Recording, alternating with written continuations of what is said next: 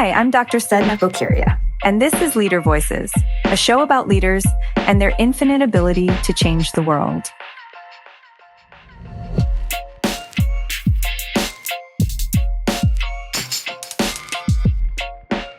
Each episode in Leader Voices, we dig into stories and sparks from for-purpose leaders, coaches, comedians, luminaries, and everyday heroes from around the globe. Tales of impact and failing forward, of aspirations and innovations, and the infinite and inspiring ways that social purpose leaders lead and make the world a better place. Join us today as we introduce a new guest.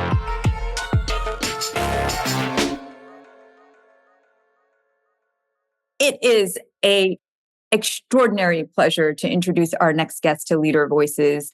Olivia Kapoor is a breakthrough artist who is best known as a pioneer of the interdimensional art movement.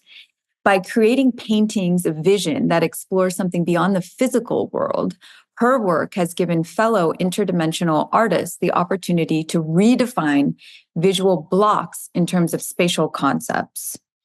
Her work is world-renowned, and it has been showcased in Paris, London, Amsterdam, New York, LA, Miami, Toronto, Bologna, and Tokyo. Although best known for her use of color, what makes her work so unique is how she explores and shares highly interpretive depths and layers on any given canvas. Inspired by her thoughts on philosophy, specifically concerning the expansiveness of the cosmos, Olivia focuses on how to accurately portray these complex notions through geometric patterns paired with organic shapes. Olivia has 2 books dropping soon, one that focuses on her interdimensional tweets and the core philosophical notions that have plagued geniuses for centuries, and the other, a coffee table book that showcases her incredible art. Please welcome someone that I deeply respect, admire, and who I'm utterly inspired by, Ms. Olivia Kapoor, to Leader Voices. Thank you. Thank you so much for having me today. Thank you. It's such a pleasure to have you on the show. Your artwork in particular is very thought-provoking. One of the things that I love about it is the rich use of colors and patterns and the way in which it looks 3D.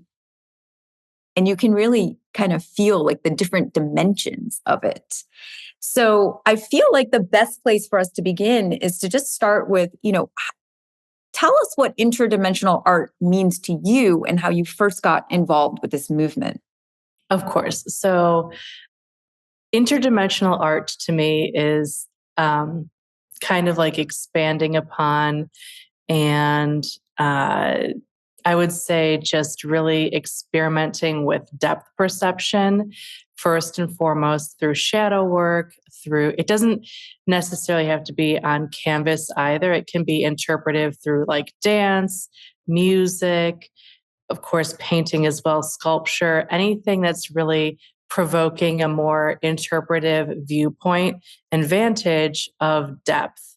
And for me, I really like to use different colors, as you mentioned, in combination with each other, I would say, to make sure that every avenue is explored. So when we think about like the multiple dimensions of existence in terms of just our life and like the different perspectives, tell me about what inspired you to explore the concept of multiple dimensions in your art. Well, so there are many artists who, use chiaroscuro as a form of like perceiving and putting depth on canvas. So I really thought, well, let me take it up a notch because I've never seen it done quite like this before. And so that's why some of my art, you'll see like more shadow and emphasis on that, use of the color black paint as well to provoke thought, to interpret different ideologies of like, okay, this is it's up to the audience as well to kind of take away from it what they will. I remember a few years ago doing an exhibition in New York City through Agora Gallery in Chelsea. And I really kind of shied away at that time from talking to artists and other audience members as well, because I didn't want to give them too much direction or too much like, well, this is what I had in mind, or, just like dictating Sure. almost in a way. So I still kind of feel very much that I want it to be the content to be thought provoking on its own. Mhm. That's why it's like, you're guiding the audience, but not kind of taking away from what they would kind of see on their own. Yeah, like the individual experience and their interpretation based on their background. Right. There's a really amazing poem. It's called The Voice You Hear in Your Head When You're Reading. Okay. And it talks about how when you're reading something, let's say that it's a barn. I think that's one of the examples in the poem. Thomas Lux, I think the poet's name is. And he says, for one person, a barn could be a negative connotation to a memory in their past if they, had some type of, experience. Right. And for someone Triggering. else, it could be like a home feeling Yeah. of family, vacation, whatever it is. And so, um, I love how you pointed out in the very beginning how this type of interdimensional experience can be through dance or different forms of art, even poetry, because Yes. connotations will be highly individualistic based on the viewer or the Yeah. audience member. Yeah, definitely. And that's what I'm kind of aiming to do. I think also there's a stigma about, when it comes to art, like it should be interpretive, it should be um, valued a certain way and not just, I don't want to use the word undervalued, but there's just like, let's break barriers and let's really challenge ourselves. And as a painter, as an artist, that's what I'm aiming to do, is like break the barriers that I kind of create for myself. And I often tease others, when I'm talking about my art, like, do you know how hard it is to like outdo yourself or outshine what you've done already? Like, it's not easy, but that's kind of, where the creative side of things comes into play as well. Sure. If you're kind of that high achiever and you want to just keep growing and growing and building, Right. Yeah. it's challenging when you're like, I got to do more. I got to do more. Yeah, yeah, exactly. And recently it's interesting that you point that out, because I realized for myself, when you are achieving things, even, it's not the achievement that you're really chasing after, it's the feeling that that achievement brings to you, that you're chasing after, that feeling of like accomplishment, or like, I did this, that like, so yes, very much so. Yeah, I love the dopamine hits. I love them. Oh I'll yeah. take them. Like, give me a trophy and I will just revel in that pleasure. And then as soon as I put it down, I'm going to say, okay, now what do I do? Right? What's next? Right. What's next? And Which, especially as I think you know, being female, being a leader, being a trailblazer, all these different things, like it's just about setting an example and setting the standard for something really, great and awesome. So yeah. sure. So tell me a little bit. I know that you have been acknowledged internationally for your incredible work at multiple exhibitions worldwide, as I mentioned in your when we were introducing you. Tell me a little bit about you had recognition from Red Cross. Tell me what Yes. its experience is like to kind of be at because I'm stereotyping, but I am stereotyping artists to be more, it's a very personal experience when you're Right. creating it solitary. And tell Hmm. me a little bit about I'll do one question at a time because I just asked you like four. So talk to me a little bit about that experience as an individual artist who is creating the artwork alone in isolation, but then Right. having to share it in like a group setting across the world. Right. So I think when I first started painting, I was in college when I really started diving into like, this is something I can do. I started out at Lake Forest College. I ended up not wanting a 4-year degree, but I knew like a degree in education formally is important. So I decided to go finish with a 2-year degree through Paradise Valley Community College. And that's really when I think I blossomed the most. I took my studies really seriously. Before I was painting and doing art, and but I wasn't really taking it seriously as a career option. So that's number one. And number two is when I finally thought like, oh, hey, this is something I could do. I was just like, I know it sounds like so, I wasn't, I was just like slapping things together to sell for like money to make it through college or whatever. Like, Sure.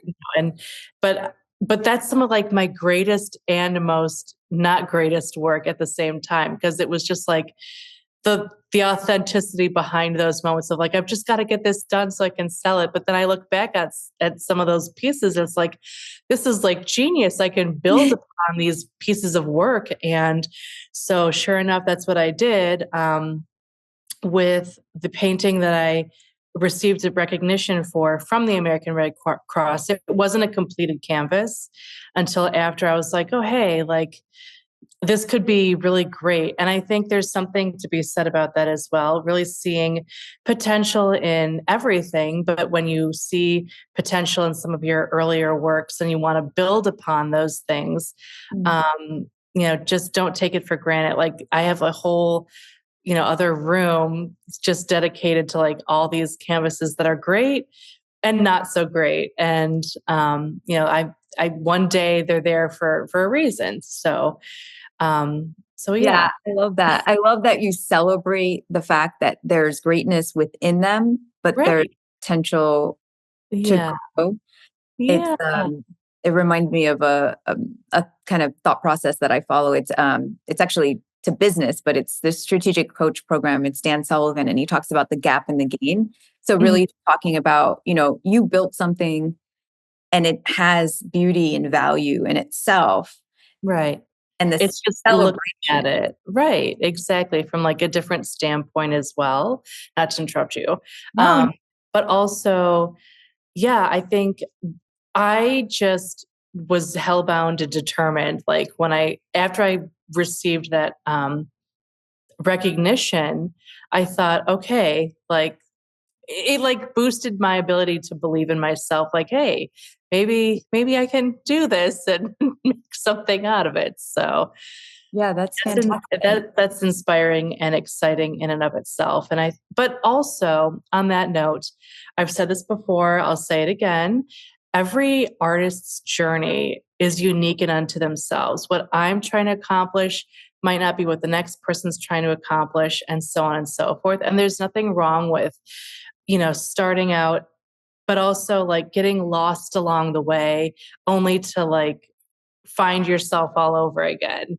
It's like it's never done. It's like a constant, you know, work in progress, I would say. So yes. Sure. Yeah, I love that. I mean, that's life, right? It's okay to Yes. get lost. It's okay to fall down. It's okay to know that your art in itself is not over and that Right. it does evolve, and what you start with has value, and having the perception and the ability to see what you've built, celebrate, recognize it, but then also say, now what do I want to do with this now that it's 10 years later and I'm Yeah. proud of it? Yes, definitely. Very Yes. cool. Tell So me about your technique and some of the materials and different things that you use. well, okay. So in the very beginning, I only used primary colors back in college, because that's all I could afford.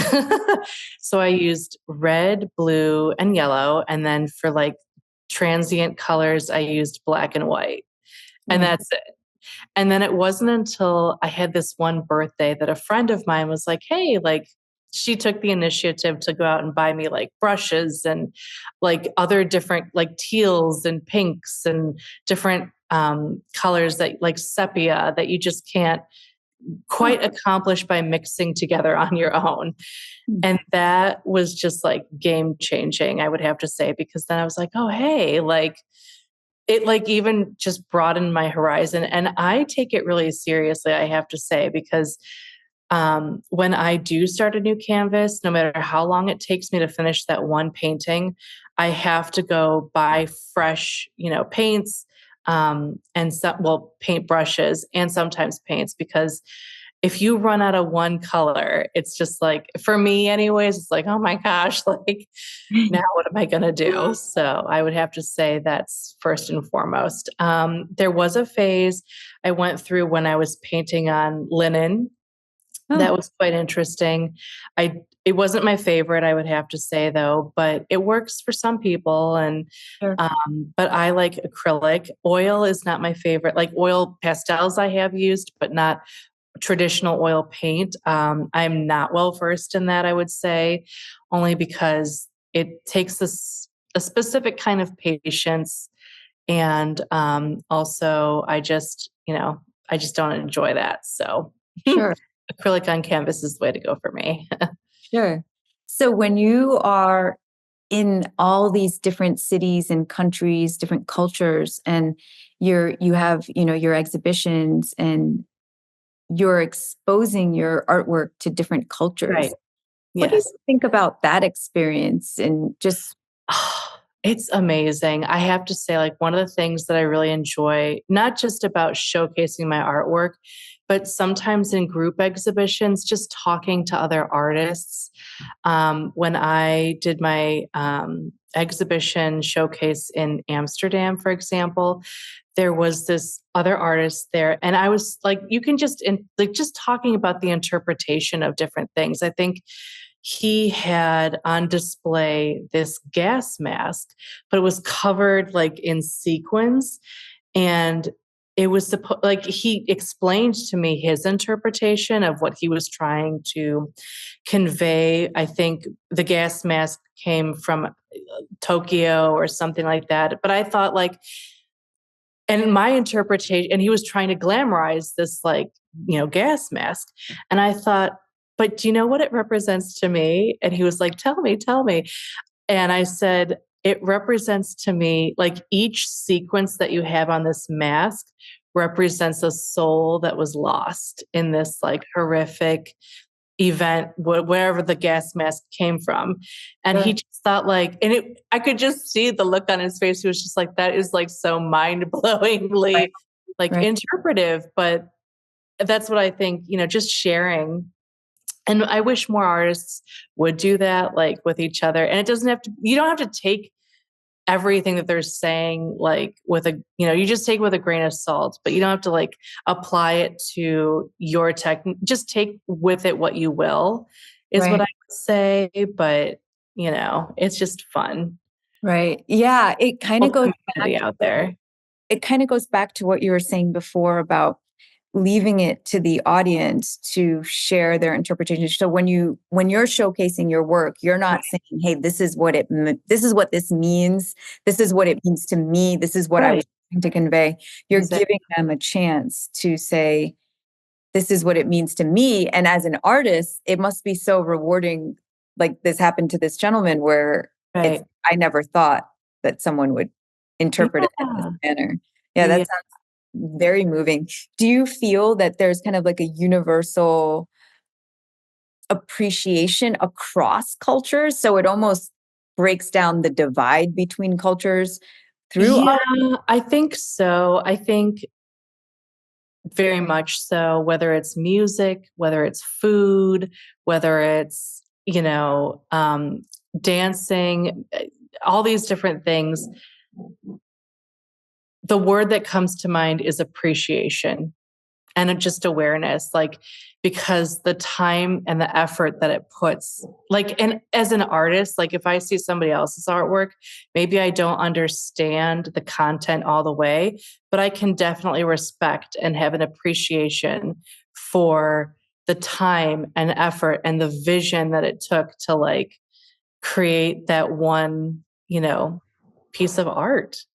Right, And I think as artists, we're all trying to find our way, but also being misunderstood.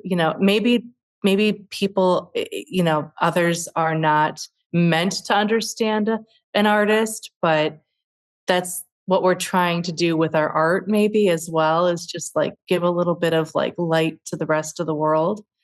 So, Sure. Sure. And that kind of connects back to the interdimensional art movement in general. right. Exploring things that we don't understand, exploring existence, energy, frequencies, if you will, all different aspects that are not surface, right? There's a deeper understanding. I think of some of the greatest artists ever in, and many of them who, died without any recognition or even monetary success. And then post death, they have people appreciate what they were trying to convey, and maybe it was before their time, like I people think that's a weren't big part ready. of it. Yeah, people are not. Yes, I do agree with that, but my train of thought is, and I think this to myself all the time, like, why am I going to die? Like, not, I mean, it happens, it's inevitable. Like, why am I going to wait for that to happen before my greatness is explored or discovered or recognized? Like, no, Love that. that's not, I'm not here for that. So, Yeah. No, I love that. And part of it is just producing, and I've seen how many pieces over the span of your career you've produced, and the different um, themes and motifs within those collections. And right. it is incredible to see the evolution of one piece, and then also just the difference between them. I, in Thank you. particular, love the Hillock collection. Thank Tell me you. a little bit about the different, um, like the different elements of inspiration. That how do you know what to put on the canvas? Sometimes I just don't, but I do. I went through this phase for a really long time where I would like paint a little bit and then I would like flip the canvas, in like other directions to see what it would look like or different things like that. But sometimes it's a matter of like, I haven't seen this done yet. So why don't I just do it for myself? And if it doesn't work out, the beauty about paint is you can just paint right over it. You can paint over a mistake or whatever, but like most of the time, I don't even like to do that because I feel like everything has a reason. I don't believe in coincidences, I would say. So, Yeah. um, just happy accidents, those are a good thing. So, Sure. I especially like how you incorporate the frame into the thank piece. you. Yes. And so tell me a little bit about some of that methodology. Well, You just that did it. You didn't, no one yeah. taught. Well, okay, it wasn't necessarily my idea, but I had, and this is how far back I would say like my inspiration goes.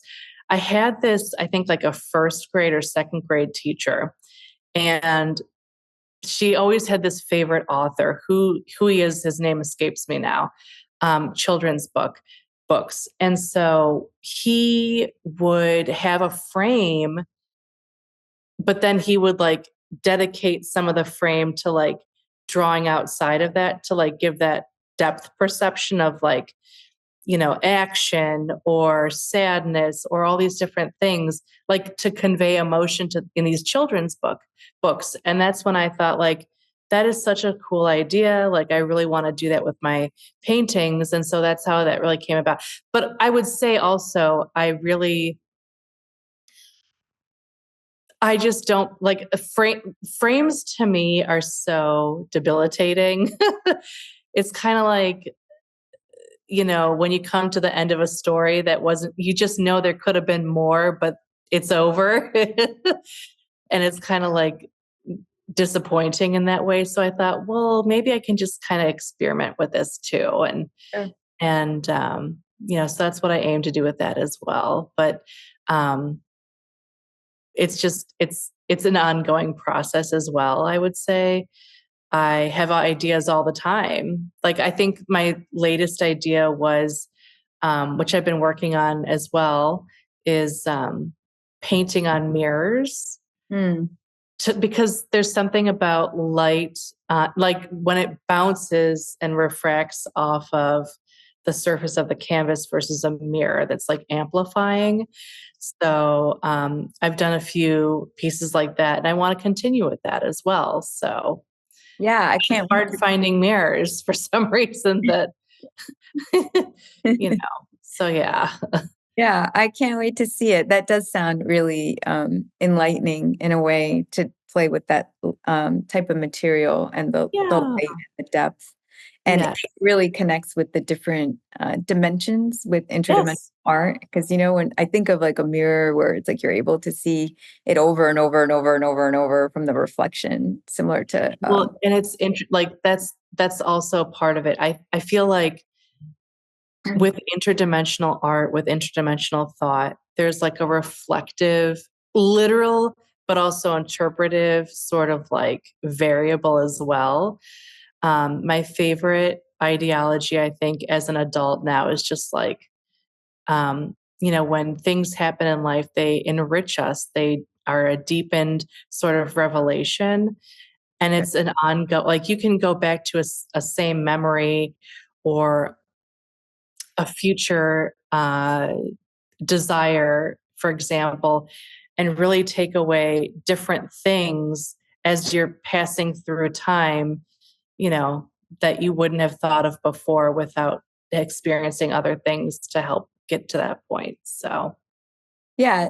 So I have a question for you, and it has okay. to do with deja vu. What Okay. do you think deja vu is? Oh boy. You know, I got it yesterday, and it really Okay. just like took over. And I'm like, what is this? Like, why does this happen? Like, what do you think Yeah. it is? Deja vu. Well, um, I believe there's a dream aspect to deja vu, like where you've been here before. But the way I interpret deja vu is, okay, I'm exactly where I'm supposed to be in this now moment. I love And it. that's all that there is to it. Oh, So, I love it. Thank you mhm. for that. Because Yeah. it does, if you're a deep thinker like we both are, it's like you kind of go down like, did this Yeah. happen in a past life? And I'm open to, I feel like the older I get, the more I realize the little I know. And that's a sign Oh, of, definitely. to say, hey, there's a lot more that I don't know than I do know. And I will not be that idiot who acts like I know everything because as you Mm, get older, you just know that's not true. that can't So, be the case. Right. Exactly. yeah, Yeah.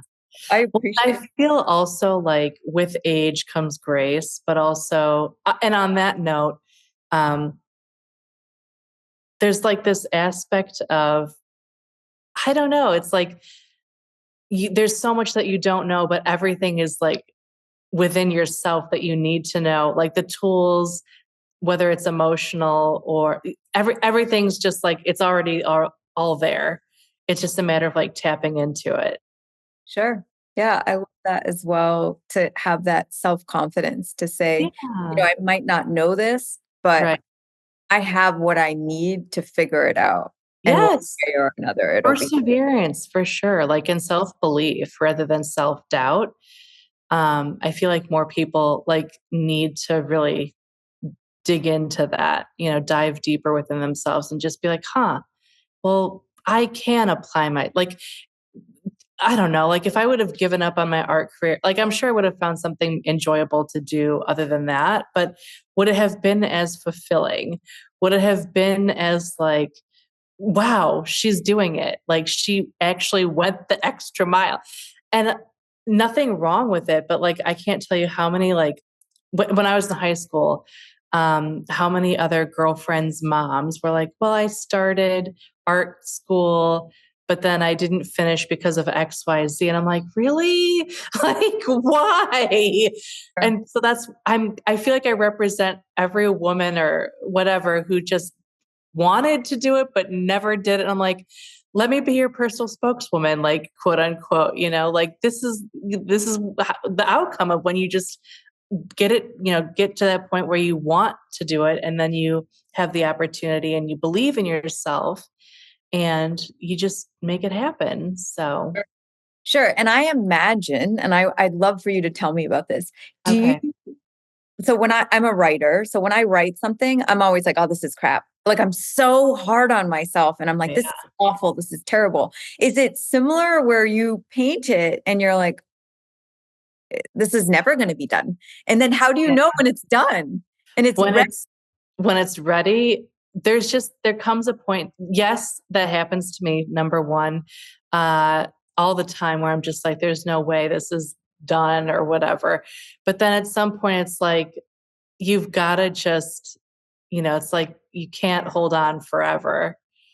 And there are I think authors and writers who, it's like if you have something, you have like if you didn't share it with the world would not be as, you know um enriched, by sharing your thoughts or your art, your beliefs, and maybe it's going to help one other, like even if it only helps one other person or not, like you did it. That's the most important thing to remember, I think, through it all, is like, even if nobody sees it. I think a long time ago, um, in another life, I had a YouTube channel, and I had like this one video on this YouTube channel and it was just like the fan being turned on or whatever in my room. And I just thought like, okay, well, I'm just going to upload it. And it years later, I discovered this. I mean, it's not there now, but I discovered this video and I thought like, okay, well, nobody saw it. It had 0 views. But the most important thing is I had the bravery to do it. I had the bravery just to put this ridiculous video out there. And even though it meant nothing to literally anyone else, like it's something that like I overcame this fear of that was debilitating me. Sure. So sometimes we get in our own way, I Sure. think. So Yeah, that makes sense in terms of it meant something, and you don't know in terms of what it could have meant for the kind of the other- ripple effect of the energy. right. But having that Yeah. courage to be vulnerable, really, Right. and to say, Yeah. hey, I don't know, but I'm going to do it anyway. And Yeah, just overcoming that fear, I would say. And also, you made me think of something here, which was, I think, the ripple effect. Yes, as you say, like you just never know until you try. It's like so cliche, but it's so true. Like sure, trying is half the battle. So, sure, sure. I think of Kafka. He's one of my right, favorite writers, and he right. ordered for all of his work to be lit on fire upon I his read death. that And one luckily, his time. friend did not, uh, Yeah, because just me speaking alone, the metamorphosis, when I read that, I mean, I literally quit my job the next day. So yeah, he wanted all of his art to be lit on fire because he never thought it was good enough to share with the right. world. And he changed Yeah, the world completely. It's too bad mhm, he doesn't know that, but it was right. such a just a tragedy if Kafka didn't if I didn't get personally to read his materials. So I really do relate to that concept of just put it out there and let Right. it go. Let it go Yeah. because you don't know, but at least you put it out there, which is half the battle. Yeah, very Yeah. true, No, very inspirational. definitely. Yes, So, I agree. tell me about some of your favorite artists. Well, I'm really impressed by Van Gogh, I have to say. Like, and again, just to reiterate, being ahead of your time and Yes. not being understood in that moment, but just it's like, okay, guys, trust me, like in 100 years, this is gonna be great. Yeah. Like, Everyone will know my name. And, like that's yeah. amazing. And leaving a legacy. So Van Gogh, I really admire Salvador Dali, like, for the idea of like wanting to, just wanting to kind of have madness and chaos, like, inner in order to like produce really amazing artwork. And Frida Kahlo, I think the way that she was able to, kind of achieve and overcome despair. I think my favorite writer is probably Virginia Woolf right now, because just, when you make things that are timeless, there's like this element of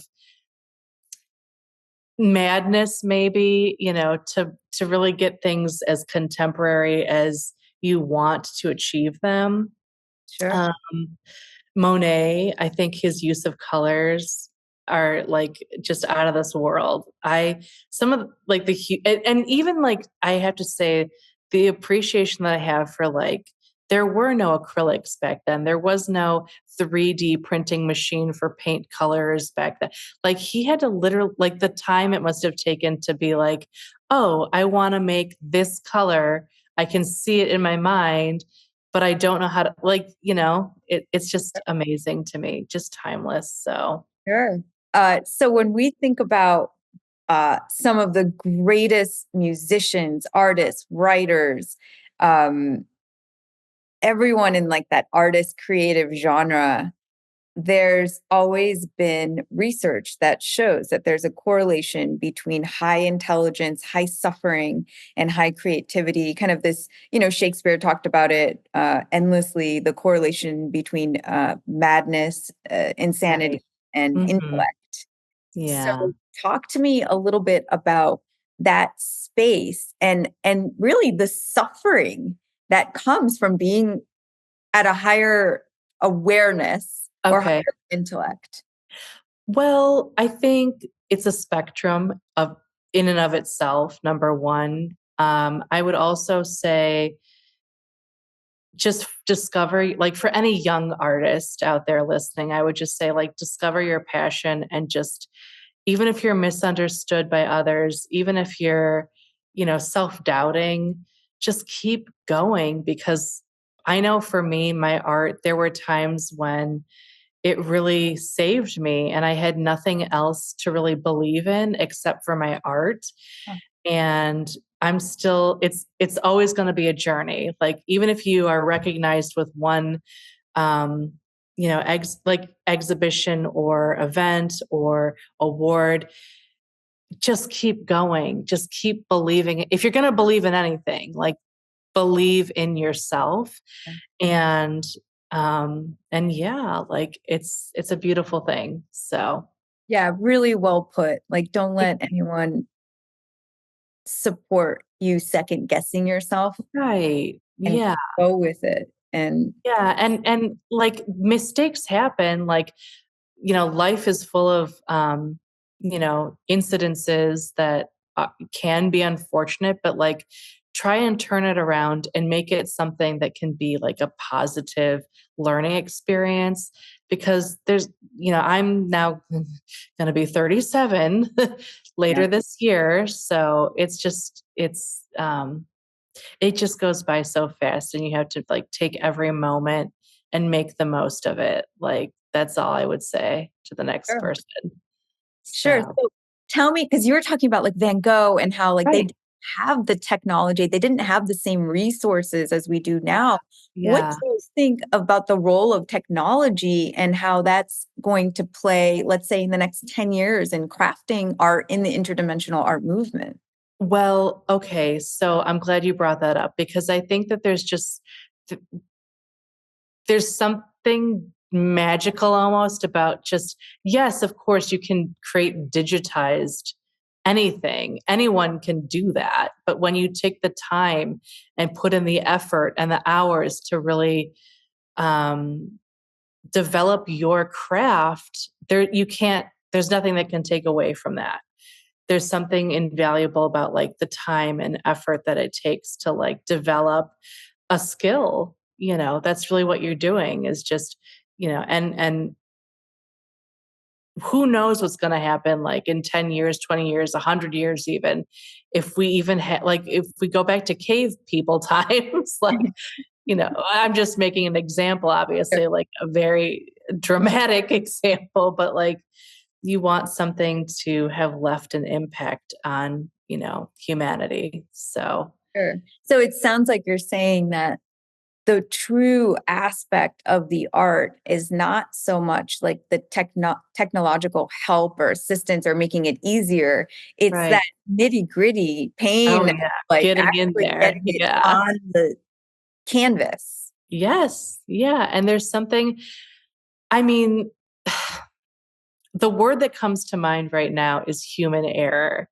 Hmm. But really, when you think about it, like, is it an error? Like, that's the way I look at it. Like, human error serves a purpose. There's a bigger reason behind it. And um, to take away that quality of our like existence, I think, you can't. It just doesn't work that way. Like, even on a conscious level, I think there's something like beautiful and spiritual about art. So, you know, Yeah.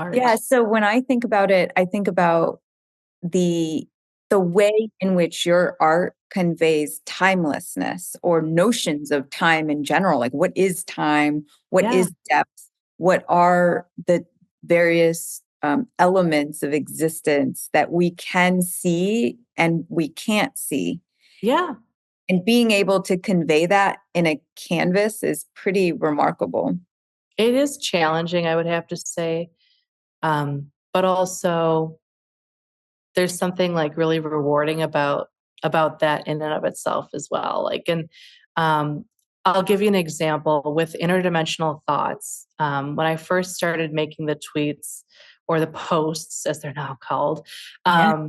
um, I thought to myself, I'm aiming to create thoughts that aren't just applicable to this reality, but could be applicable to like a whole other reality or a whole other universe and world somewhere else dimensionally. And at first it was quite challenging. But then I thought, okay, well, even if I'm the only one who thinks this, I'm creating a curve somewhere in the existence of on a quantum level. And I think not a lot of people have the patience, but then maybe that's what my purpose is, or maybe that's what I'm aiming to do in general to make it like easier for the next person, or to, strike up a conversation with them about things that, I think nothing is really meaningless, but that are meaningless. Like they're only meaningless in this now moment. I'll give you a funny story. So at one point, I was creating like more quantum related thought processes. And I at the time thought like, oh, this is going to be so great. Like I'm going to, track down like professors and track down, you know, um, people in the field who study these very, techniques and ideas to get like affirmations. Mhm. But then I realized like the reason why, and I got some responses from some of these individuals, and others were just like, no. But I thought, well, maybe the reason why this isn't going the way that I want it to is because it's so far ahead that it's not even relevant right now. But that's the beauty of it as well, is like 100 years from now, someone's going to be able to look back and say, oh, there was someone who thought of these. I mean, you kind of have to go into it with that mentality, Sure. and be like that forward thinking. So that's what Yeah, I'm it aiming to it do. sounds very wise to say, look, I may not know what this means now. I may not know Right. what the purpose is, but there's Yeah. something there and Right. need to know. I don't. Yes, exactly. Yeah. So you Yeah, have to very think interesting. So that. in terms of some of the topics and themes and motifs in your tweets or posts, whatever they're called now on X, Yeah. they're very similar to classic philosophy, Socrates, Plato. They're constantly talking about what it means to be human. What does it Right. mean to say that this is art? What is the notion of time and Right. individualism? Another thing that your art really does a great job of capturing, and what I'll do so our viewers can see is pull up some of the pieces and Thank you. be able to show what I'm talking about. But I'm thinking of a particular piece where in the middle, it's like you can see earth and you can see the bodies, and underneath you see water and like a human foot in the water. And then Mm. at the top, it's almost celestial, like the Right. light suggests like a transmission or, something where this body could go up or down. And it's not that it's positive or negative. And this is just my interpretations. I'd love to hear and get feedback from what our viewers think about it. But yes, of you're course. conveying life, death, maybe even the afterlife in this image. Thank you. It's not negative either. Like it's very positive. It's strange how that can, it's so complex. Like, how do you do that? It takes it, it can take as long as it takes. That's all I can say. What can I say? What's the longest piece? Like, do you have a piece that took forever? How long does it take to create? Some of them, like, believe it or not, like, it just depends on how wired I am, or like if I have a deadline. I am kind of a procrastinator, but also if I really want to see something done, I just will, just dedicate as much time as I can to getting it completed. And it's not easy, but sometimes when you already have like the vision in your mind of where you're going with it, then that makes it so much easier as well. So do you feel like there's been instances where procrastination has led to a breakthrough or definitely discovery in your work? Yeah. I mean, I wouldn't say like, too much procrastination is a good thing, but sometimes that's a part of the creative process. So definitely like, oh my gosh, I've got a deadline. Like, I've got to really break through and crush this or whatever. And you just make it happen. Like, oh yeah, I relate to that very much. It's like maintaining momentum and motivation, especially if you have like a creative block or a delay. Oh, and then you're just like, hey, I got to do this. I don't have time anymore for this mental block. Let it go. And then just let it go. I would say that's a part of it too. Like, and also there's like a part of it where it's like you kind of have to get over yourself, and just it's like, oh, like, oh, I'm having a bad hair day or what. It's like, just you kind of have to like, do it. It's okay. We're all, like, going back to this idea of like imperfection or human error, like it's okay. Like planet Earth is still spinning, right? Like, so just be kind to yourself is what I would say too. So. Sure. So finally, tell us where we can follow you, where we can continue to see your work. Where can listeners find or follow your journey as an artist? Right. So I do have a webpage. It's oliviakapoor.com. My username across the board is primarily Blinken Beacon. Sounds just as it's spelled. So, I'm always around. Yeah, so I will put everything in our show notes. You can follow Olivia's work through her website, oliviakapoor.com, which has hyperlinks to her Instagram, her X, which is Twitter in my brain, because I haven't adapted the new terminology yet. And just really following the interdimensional art space in general. It's a fascinating sector. And I think that the artwork in itself is timeless, and it really does explore alternate concepts in terms of philosophy and technology and all these timeless things that I think for generations and generations, people have been trying to understand with no real answers. But the journey itself is in the exploration, and her artwork really does convey that. Yeah. Well, thank you for joining us. Thank you. Yes, definitely. Pleasure. And we hope to have you back and to follow your work. She has 2 books dropping, and one is on philosophy and these notions that are connected to the interdimensional art movement. And the other is a coffee table book that really showcases her incredible work. Lots of amazing things happening, and really, really honored to have you on Leader Voices. So thanks again for joining us and sharing your journey and some of your technique and philosophies with us. Thank you. Likewise, always around when you need.